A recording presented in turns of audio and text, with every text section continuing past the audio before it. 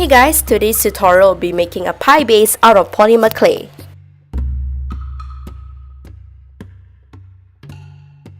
So I'm starting out by marking out the ridges of the pie base using my X-Acto blade.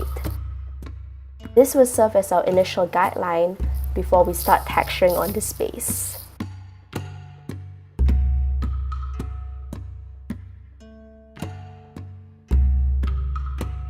I'm starting to use the sides of my needle tool to further define the edges that I've made previously.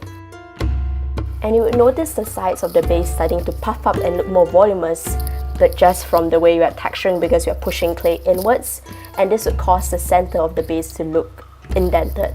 And to prevent that, I like to use a rolling pin ever so often to roll out and flatten out the clay so that we have a flat, even surface.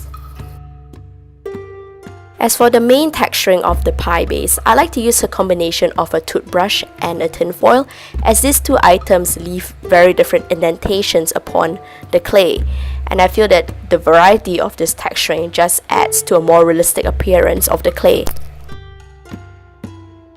As we have lost some of our definition during the texturing process, I like to re-add the definition to the ridges of the pie using a dotting tool.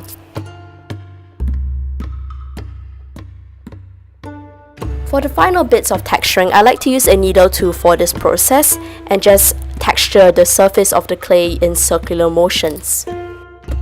This is to just add more definition towards the texturing we have done previously, while also adding more to certain areas such as the ridges of the clay, because those are more difficult to reach using the toothbrush and tinfoil.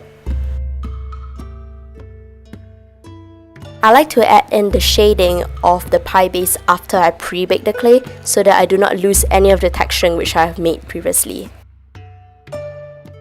Shading the pie base is a very simple process. I am just using 3 colors for this: a brown, a yellow, and a cream. I like to work from the lightest to the darkest color, as not only do I feel that this helps me control the intensity of the shading in the end, but also it helps because it blends in nicely with the colors underneath.